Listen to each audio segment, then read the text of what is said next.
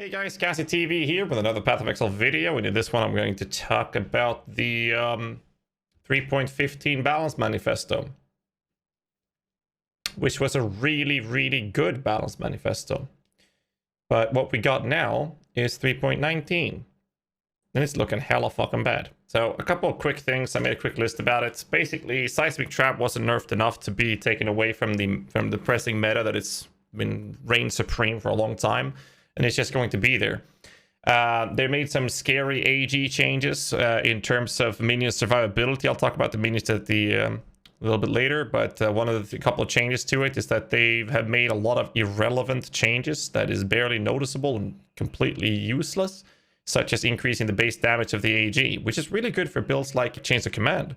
But the problem is that you can't really reliably use Chains of Command versus the Uber bosses because of the fact that they actually pose a risk of killing 120k fucking HP AG, which means that you lose the currency and your entire build goes away if that happens.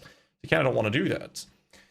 So there's a lot of irrelevant changes, like Rejuvenation Totem got there, Cleave got Radius, whatever the fuck it was. It's just so many irrelevant changes, which they were covering up with them doing a routine balance pass. Let's have a look at how that looked in the chat, in the notes here.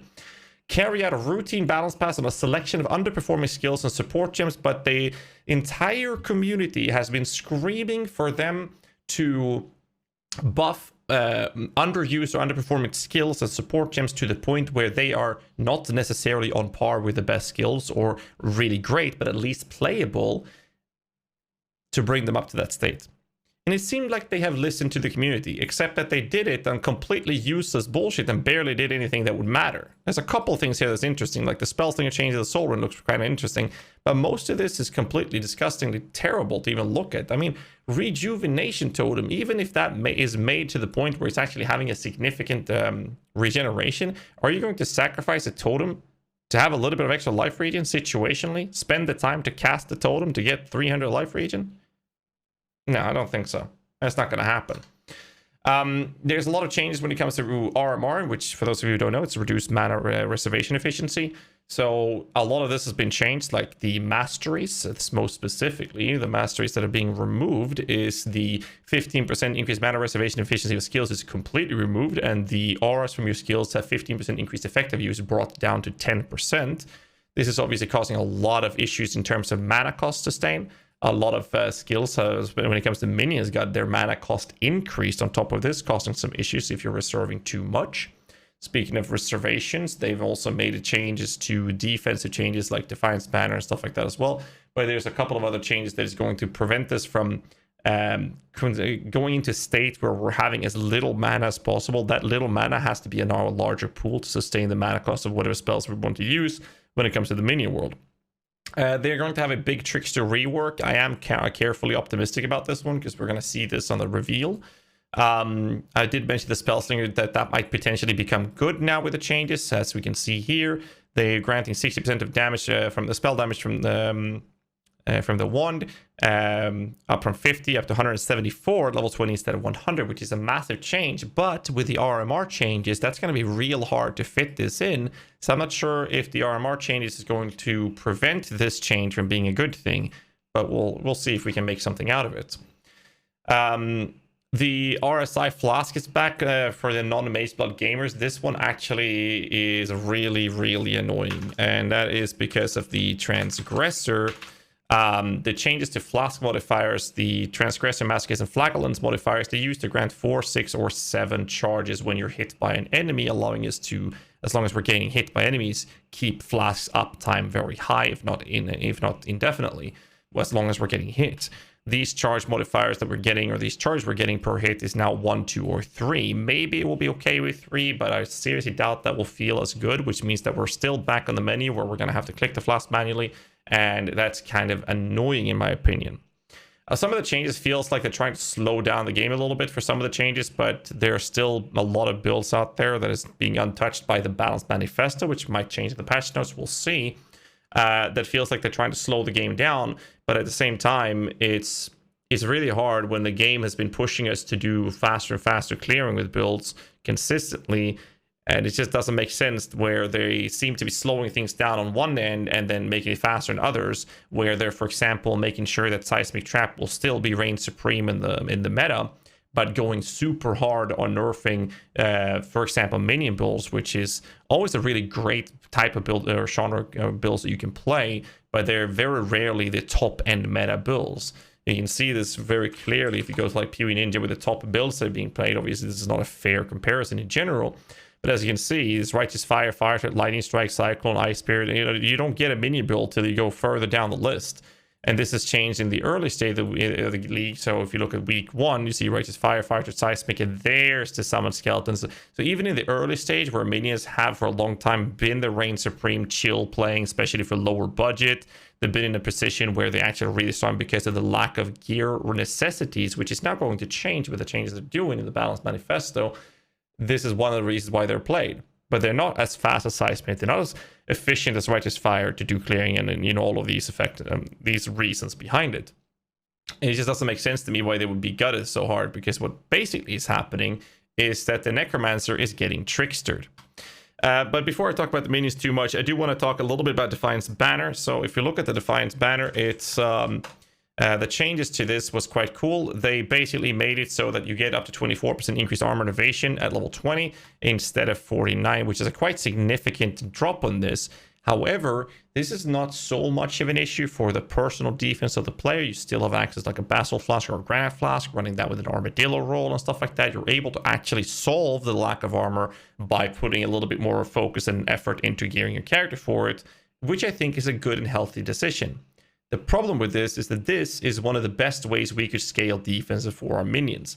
Utility spectres, so especially minions, but mostly that's spectres, have had a huge issue with surviving. Defiance banner has been one of the main reasons we've been able to keep them alive in an efficient way. Their HP is terrible.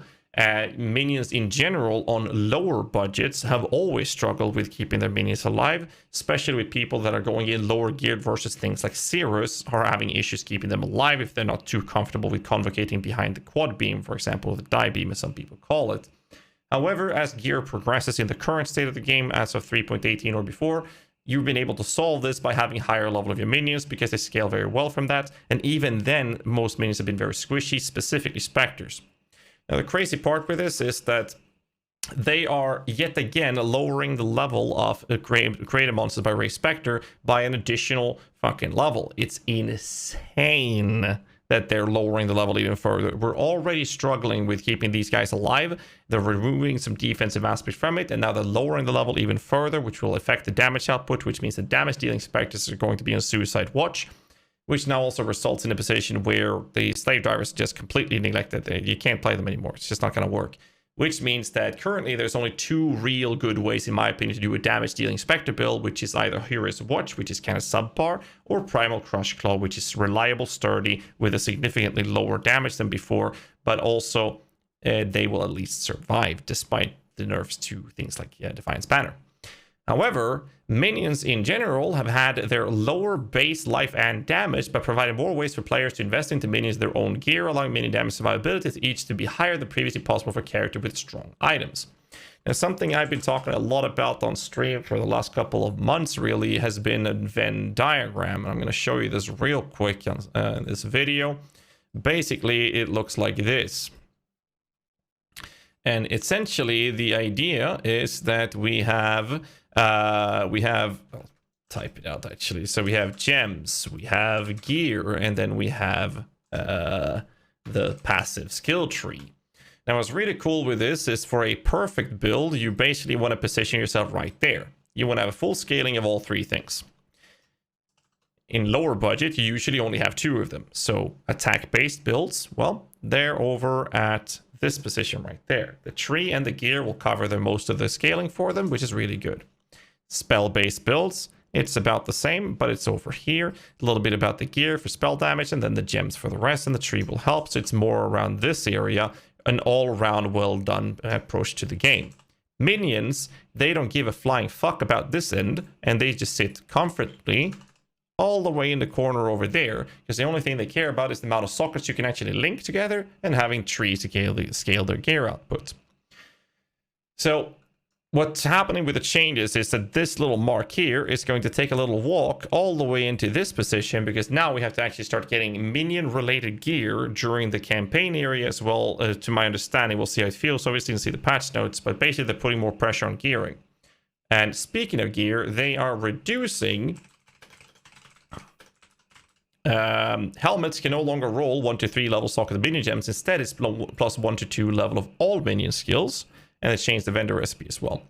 They've removed the Ascendancy node that is unnatural strength and turned this into Unholy Might, which gives minions 30% of their physical damage gained as extra chaos. Now, I laughed at this first, but it's not funny. It's, I don't know.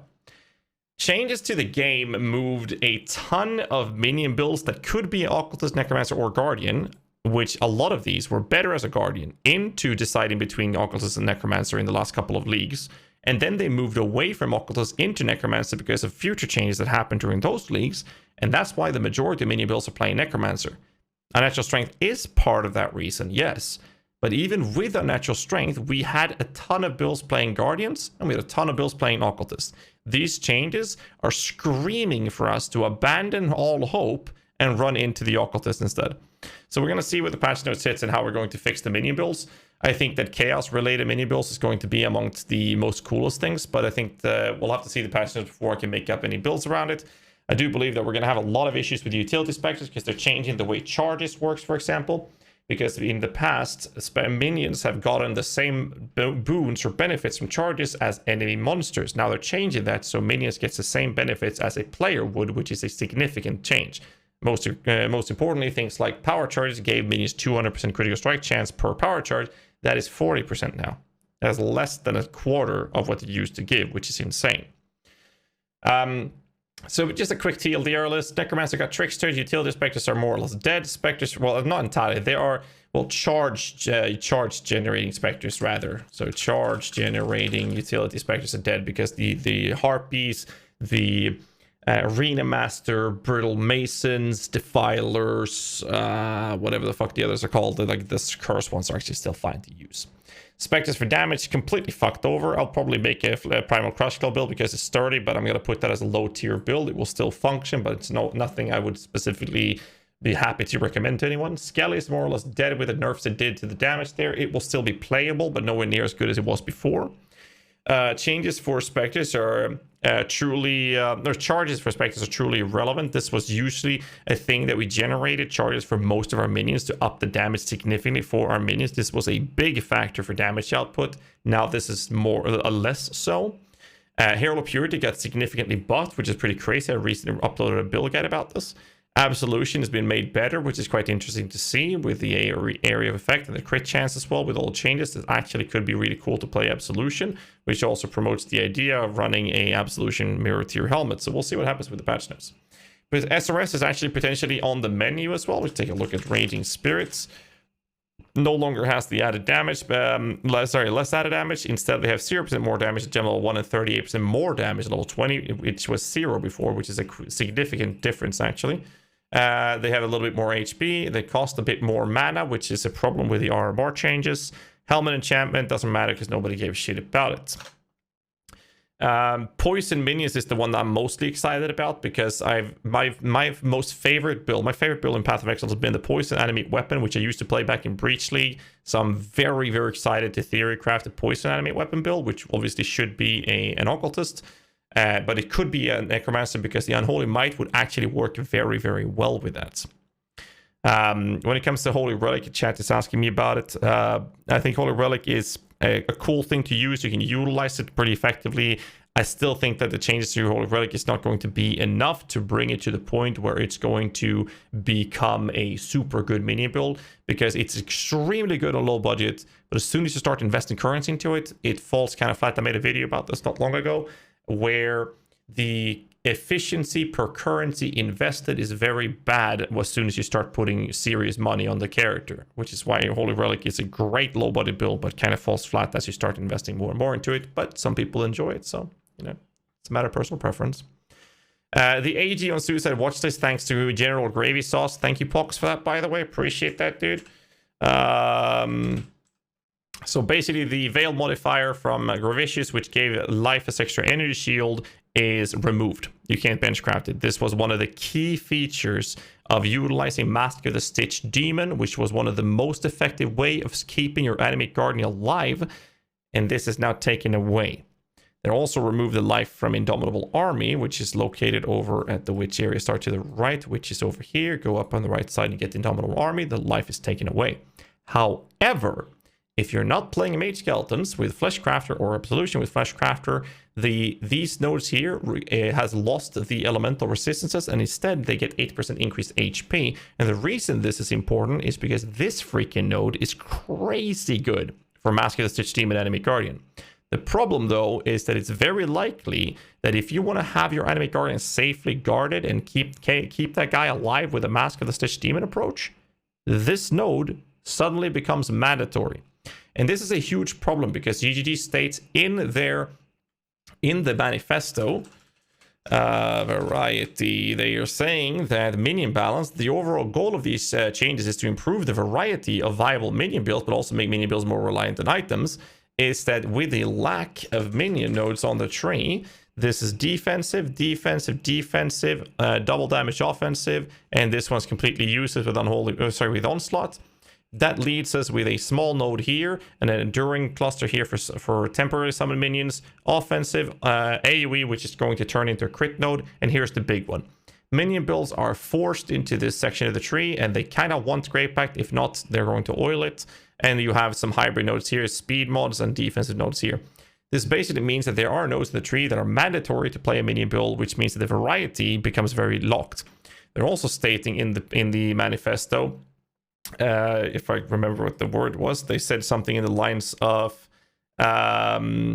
niche somewhere, right? Or supported niche. Here it is. Investing in minion critical strike has been possible in a very niche manner for some time now, but has never been fully supported build option. The problem with this is that they have removed everything that is interesting on the notables on the tree. And most importantly, or best example of this, is the refreshing of SRS that was on Enduring Bond in the past. And when they did that, they said that they moved those modifiers into becoming the interesting things you could put as masteries. Let's have a look at masteries. Is there anything interesting here? Overwhelm, useless. Minions penetrate 8% cursed enemy elemental resistances. Generic. Unholy Might, generic. Crit, getting removed, but also generic. Accuracy rating, generic. Increase effective offerings, generic. There's nothing that is fully supporting anything. Let's have a look at the offensive nodes. Okay, a little bit of extra duration. There's nothing that is fully supporting anything except that this node helps the majority of duration-based minions. Next offense modifier. Speed, great, that's generic. Damage speed, generic. Damage speed, no, damage region even, generic. This one doesn't affect minions, gives damage to you. This one, accuracy, double damage, generic. Defensive with block, we're not looking at defensive. Offensive, just number of minions. Over here, damage and minions. Everything's generic. The only thing that is somewhat interesting is that you can get onslaught on kill from this node, which is completely useless. There is nothing on the tree that is fully supporting any type of approach to minion builds whatsoever. The only thing we've ever had was the interesting node on Enduring Bond, which refreshed as a restoration, which was really cool when it existed. Most people kind of neglected it, but it was a cool mechanic. In here, they're using this as a problem because suddenly, for some reason, crit is a niche manner for some reason. That's not even true, but it's never been a fully supported build option. But nothing in minions has ever been a fully supported build option. The way we scaled crit is brittle, assassin's mark, power charges. They're nerfing brittle, so we only get 2%, which is still fine, by the way. 2%, it's not the end of the world. It's still fine. It's still OP, in my opinion. Power charges got gutted, and their solution to fully support crit version builds or fully support that build option is to change the completely useless, only used by 3 different builds area of effect nodes from this cluster, make it a larger cluster, so most likely 4 nodes, that gives you critical strike chance and critical strike multiplier. That is their way of fully supporting the build option. Also, the crit modifier mastery is taken away, and instead it's getting 30% area of effect. So the 3 builds that wanted these nodes can now get that from a mastery. It is completely fucking ridiculous. That's my take on this. I don't know what they're thinking. It's...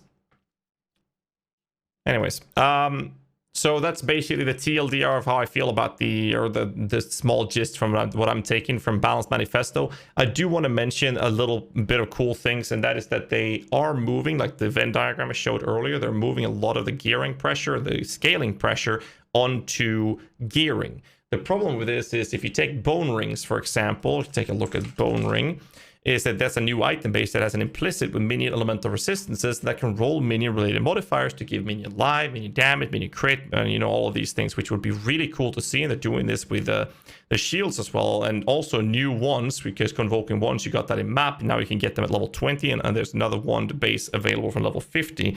So I think that's really cool that we're allowed to have minion related gear early on, and I'm very excited about that. The problem is that it seems like their solution is to force people into doing the gearing through those approaches. The problem with this is that it doesn't seem like people at GGG that are playing minions are playing them in a proper way, because if they play them in a proper way, they would understand the extreme socket starvation that minion builds have to endure and have to choose utility or quality of life features by simply removing something. It's not like you can pour everything on the build. There's always a trade-off when it comes to minions.